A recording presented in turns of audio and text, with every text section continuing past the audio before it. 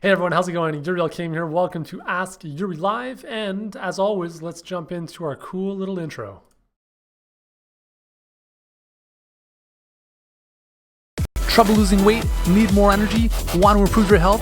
You got a fitness or nutrition question? I probably have an answer for you. Oh yeah, you gotta love it, right? You gotta love it. All right, guys. So hope you're having an amazing day. It is damn cold here in Toronto today. So it's like -1. I was taking the dogs for a walk this morning. I was like bundled up, scarf, hat, the whole thing. And then I get home, my kids are getting ready for school and they're in shorts and t-shirt.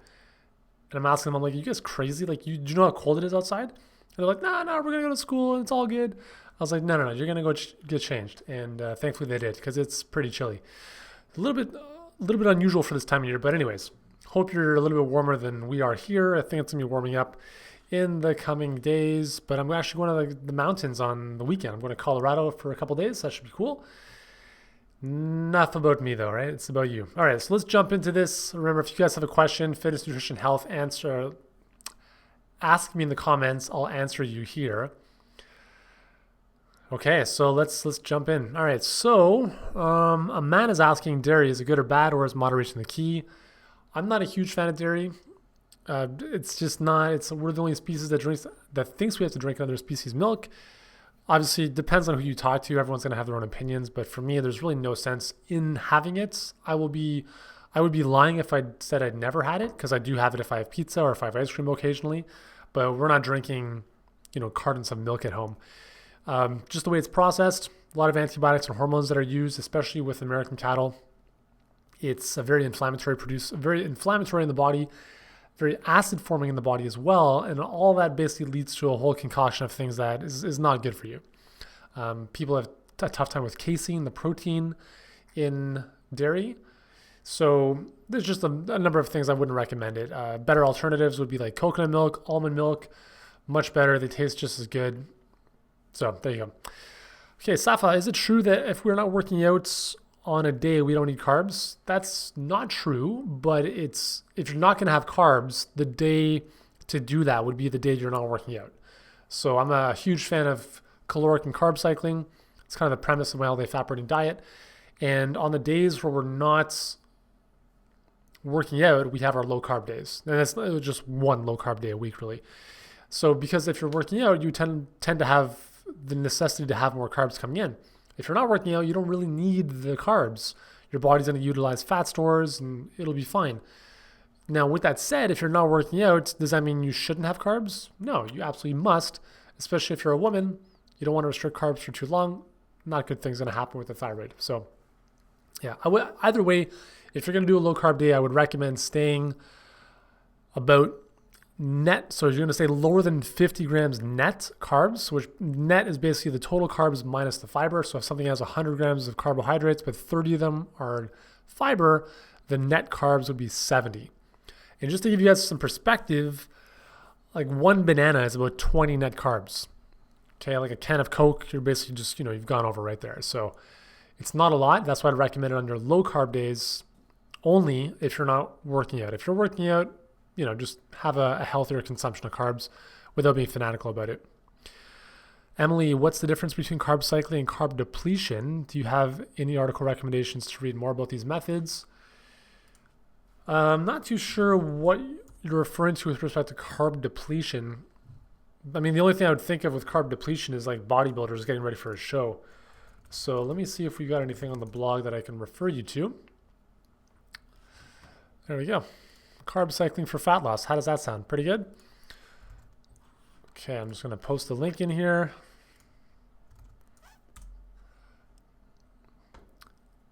All right, that should help you out there. It's a really good article. And if you want to read the book, The All-Day Fat Burning Diet, it shows you exactly how to do it properly to burn fat 24/7. Safa, so the carbs in veg are enough in that case? Well, carbs in the right vegetables. So like romaine lettuce is not going to have a lot of carbs. But sweet potato, beets, carrots are going to have more carbohydrates versus starchy vegetables are going to be a more considerable source of carbohydrates. The fibrous vegetables are like, the greens and the cruciferous vegetables are not going to be as big a source of carbohydrates. Claudia, do you sell your protein also in Italy? I don't know. I don't know if we stopped shipping international or not. I know either way we're out of stock. We've actually reformulated it a little bit, so we're going to probably roll it back out. I don't know. I really don't know when, but there's just so many things that we have going on. We just have to kind of pick and choose our battles right now.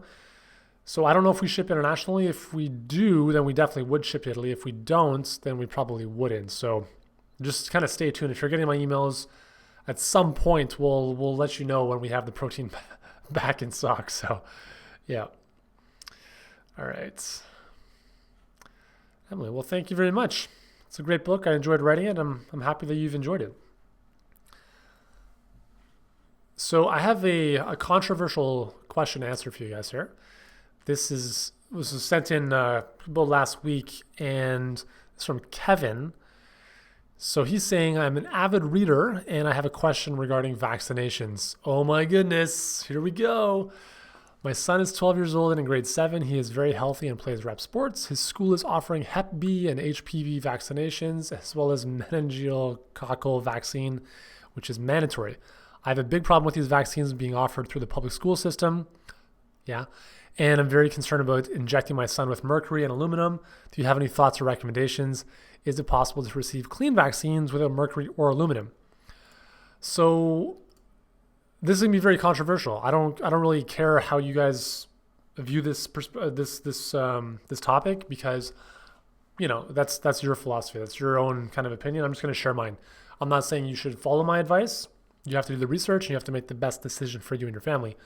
None of my kids are vaccinated. So Oscar, who is our oldest, he got his first, I think, 6 months of boosters, and then we stopped. Because the frequency of vaccinations nowadays is ridiculous. It's like 5 to 6 times higher than it was when I was young. And I don't know about too many clean vaccines. I'm sure there's some homeopathic options that, again, are very controversial if they even work or not. But all I can say is that you notice I don't have any hair anymore. Meanwhile, a lot of my pictures online do. And the reason for that is because 4 years ago, when I was taking Oscar to the doctor for a routine checkup, she recommended that I get a tetanus shot for whatever reason, I don't know. Got the shot. I don't even know why I didn't even question her. It was kind of ridiculous thinking about it. But within 2 weeks, my hair started falling out again. So vaccinations, and I'm not saying that's going to happen to you or your son, but vaccinations, they're also formulated nowadays to be much more antagonistic, if you will, to really prime the immune system into action. And so for me, my immune system just went haywire. And I already have an autoimmune condition. So for me, it was just like, the needle that broke the camel's back. But, our kids are not vaccinated. The only situation where I would vaccinate them is if we were to go to a country like India or Africa, where there's some potential issues of, things like malaria, right? Or different things that we would probably want to do some more research on. But in terms of like the school system, never. No way. I would not, in my lifetime, as far as what I know right now, no way are my kids. They have an affidavit, they take it to school, they're not getting vaccinated. And here's the thing that I see about it. I'm like, listen, if your kids are vaccinated, well, then what's the difference if mine isn't? Because they should be immune to what my kid would eventually have anyways, right? So I don't know. I think the whole argument's ridiculous. But again, that's my opinion. You have to do the research and you have to make the call for yourself. It's tough to say, hey, if you get a vaccination, your kid's gonna have autism. It's a small chance. Some people say it's nonsense, other people don't. So it's a little bit weird. I don't know. I mean, what do you guys think about this? I'd be interested to see what your points of view are. My whole idea is like, if we can be as natural as possible and, in a way that's intelligent. I mean, if you have to get vaccinated for something because you're going to a country that is known to have like Ebola or whatever else, like even that was totally overplayed. You go to the airport, you just kind of scan your customs thingamajig and they're asking, have you been to a country that has Ebola? And it's like the cases of people who had Ebola were like less than a dozen, and it's just, I don't know. I think it's way overblown. There's a huge amount of money in vaccinations and pharmaceuticals, as you know, but that is my point of view. So Kevin, if it were my son, he would not be vaccinated, especially not from the school. Not going to happen. Yeah, we don't even go to the doctor, to be very honest with you. We don't even have a general practitioner because if our kids, so this past weekend, all of our kids except for Oscar, so our youngest two, got norovirus, like Norwalk, which is like the worst thing to ever have. I don't know if you guys have ever had it. I got it 2 years ago. No, sorry, 3 or 4 years ago. And it was just like vomit, like just nonstop. It was terrible. And I was traveling at the time. Like it was, oh my God. So I'm like, I'm never going to experience this again. So our kids got it this past weekend, but there's nothing you can do for that. Like you're not going to go to the doctor and ask for an antibiotic because it's a viral infection. So what are you going to do? Well, we just, pretty much anything you eat is going to come right back out of the system. So you just have to give your body time to deal with it. And in the meantime, it's about creating a physiology inside your body that is as inhospitable as possible to viruses and bacteria by eating healthy foods, right? So we had like this, Amy made this garlic spinach soup, which is actually one of the recipes on our cleanse. And like you can probably tell I've got a little bit of sinus thing going on because I picked up a little something from them, but thankfully not the full-blown norovirus. And I didn't get sick. Like Amy got sick, the kids got sick, and I literally just slept in the extra bedroom downstairs. So I'm like, I'm going to put myself in a bubble here. So that kind of stuff, I mean, your kids are going to get sick. That's how they build their immune system. Certain issues, I mean, I don't know. I mean, I don't think, I don't think we need to be vaccinated for everything we need to be vaccinated for. So for instance, tetanus, after I got that tetanus shot when I was like 31, 32, I came across some research that showed that tetanus shots, instead of being given every 10 years to adults, don't even need to be given until every 30 years. So I'm like, by the time I'm 70, I would need my next one. So it's just nonsense. It's crazy. So anyways, that's enough about that. Okay, so if you guys have any questions, let me know in the chat here. Let me know in the comments. I'm just going to refresh my feed.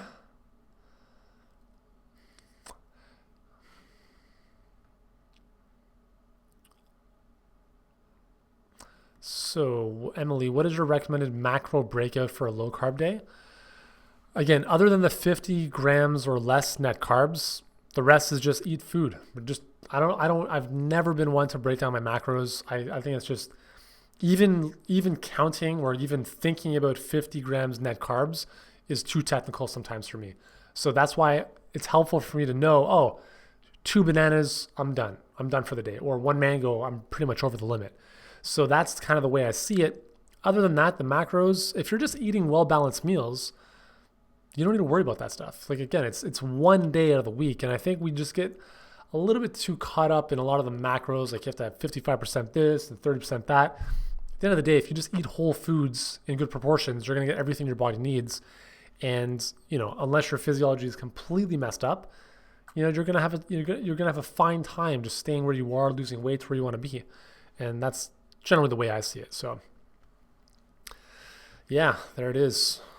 It's really hot down here. Wow. I feel like the vents. I just opened the vents because it's obviously cold now. So it's like warm air like blasting down on me here, and I'm wearing this sweater, and it was like, I'm feeling it here. I'm going to start sweating soon. Okay, I'm going to sift through the documents of Ask Yuri questions. I'm going to see what I got that I can answer for you guys.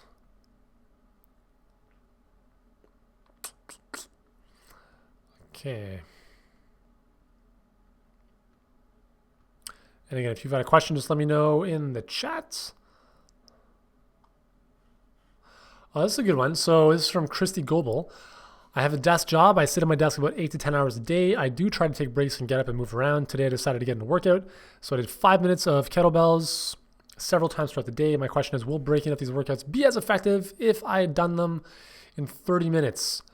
That's a good question. So I'm a big believer and proponent of working out less, moving more. So if you're sitting all day, like this, I'm at a standing desk. So I'm standing. I don't stand all day long because my body is tired of standing. So I'll sit down a bit. So you want to be, there's definitely a benefit to breaking up the workout. If you're just more active throughout the day, awesome. However, there's a benefit to having density, which is getting a lot of stuff done in a short amount of time, which is kind of the premise of all the workouts that I create, which is like, instead of spending 2 hours working out, let's condense the workout. So reduce rest time, maximize the type of exercises we're using. So we're using more muscles, more movements, and we're getting more done in less time. That's very effective for priming your metabolism, burning more fat, keeping you going for a little bit longer in terms of just caloric expenditure. If you break that workout up, so let's say you break the workout up let's say you did one set of kettlebells and then an hour later you did another set and then another hour you did another set, you're not going to have the same metabolic effect. However, you're still going to have the same strengthening effect, most likely, assuming you're using a good challenging weight.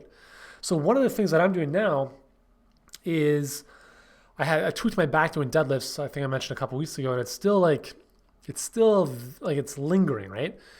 And I recognize I'm like, part of the problem was that I didn't warm up properly, which is never a good thing, and I don't know why I did that. But also because I spend more time than I should sitting, my glutes kind of fall asleep. So one of the things I have now, and I'll probably do a series of videos on this actually because it's really, really powerful, is I have in my gym, in my garage, I've got this cool band set up that basically I go in there a couple minutes throughout the day and I just work on hip extension. So I'm just working on hip extension with the band to just activate my glutes, to wake up my glutes because they're like, hey, I've been sitting down. And the problem is that if your glutes don't work, you're taking force from the hamstrings right into the lower back. Not a good thing. So for me, that's what I'm doing to keep my glutes nice and strong, and that's going to support my back. So I hope that answers the question. I kind of went off on a little bit of a tangent, but I'm just kind of going back to, if I'm not working out, even if I'm working out in a day, I'll still break up with some small breaks throughout the day just to do some little things like that, just to correct my posture, just to kind of awaken my muscles. But I'm not going to throw kettlebells around or deadlift because I haven't warmed up properly. So make sure, I would recommend devote a certain amount of time to your workout, get a good warm up in, do the workout, you're done. Throughout the rest of the day, if you can do simple things like bodyweight squats, take the stairs, maybe a couple push-ups, a couple pull-ups, hip extensions to wake up the glutes, I think that's a great thing to do throughout the day. But if you're going to start lifting weights, make sure you warm up properly, give yourself 30 minutes for a workout, and then just shut her down. That's what I would recommend. Beatrice, thank you very much. So Chan, I want to lose belly fat, but I'm thin everywhere else. Should I try losing belly fat before trying to gain weight? So basically what's going to happen here is you can't spot reduce. I mean, very minimally you can, but if you want to lose belly fat, you're going to lose fat from everywhere else first. Your belly is going to be the last place for it to leave. So especially for men, for women, it's going to be kind of lower abs, hips, and thighs. That's the last place to go. First place to deposit, last place to leave. So you're going to lose weight up here first. It's kind of melting off the top. And the last place to go is around the midsection. So you can't not lose fat from anywhere else before losing fat from your stomach. Does that make sense? So in terms of gaining weight, I mean, gaining muscle, hopefully, right? So you should be definitely focused on strengthening your body, getting, nice defined muscle. When you do that, you just see the more muscle you have, the more metabolically active your body is. And when that happens, you're more likely to lose fat 24/7 because fat is not very metabolically active. Muscle is very metabolically active. So if you have a lot of fat, your body is kind of just, it's like it's not doing anything. But if you're mostly muscle, and again, I'm not talking about bodybuilder. I'm talking about, let's say your percent body fat as a woman, let's call it 18%, 20%. If you're in that range, your body is, nice and lean and healthy and strong. You have a higher metabolism than a woman who has a 30% body fat because there's less fat-free mass, less muscle. So you want to do things to strengthen your body, to build the muscle, because the more muscle you have, the more fat you burn, not during the workout necessarily, but in the long term. It's the ultimate long-term investment. I often say it to people, when you do cardio is like going to Vegas and playing the slot machines, right? You're going to burn calories for 20 minutes and then that's about it. If you're lucky, maybe up to a day based on the intensity and based on the afterburn effect. It's like going to Vegas and playing the casinos, right? The slots, like, come on, big money. It's like quick returns, right? But that you lose the money and then it's done. Strength training is like investing properly.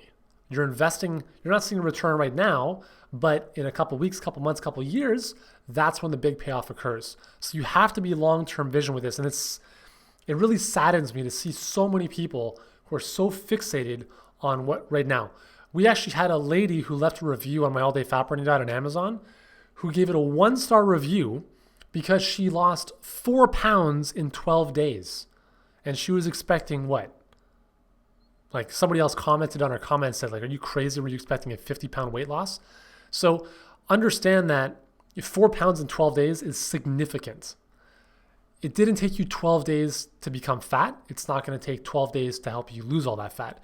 You have to approach this stuff realistically, because if you don't, you're going to go crazy.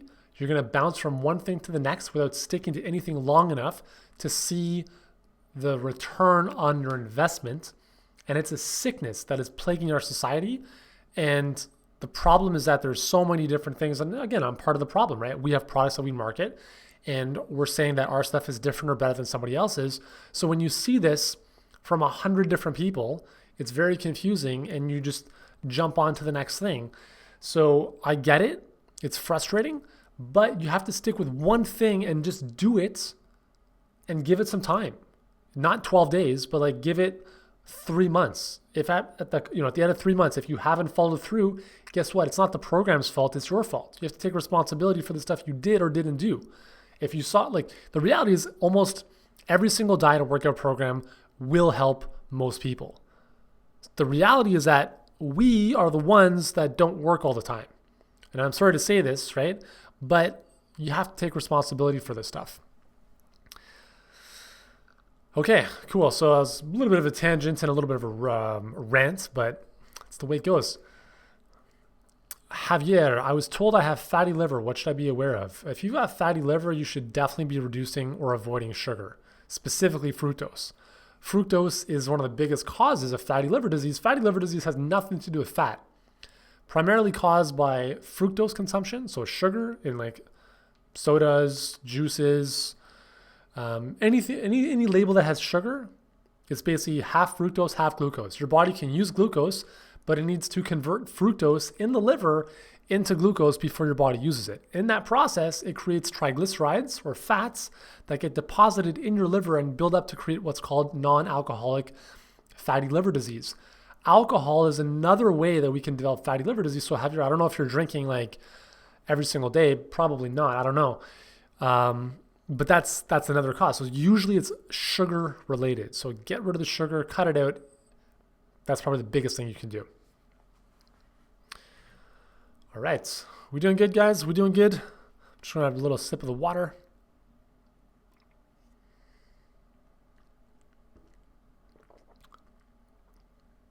Okay.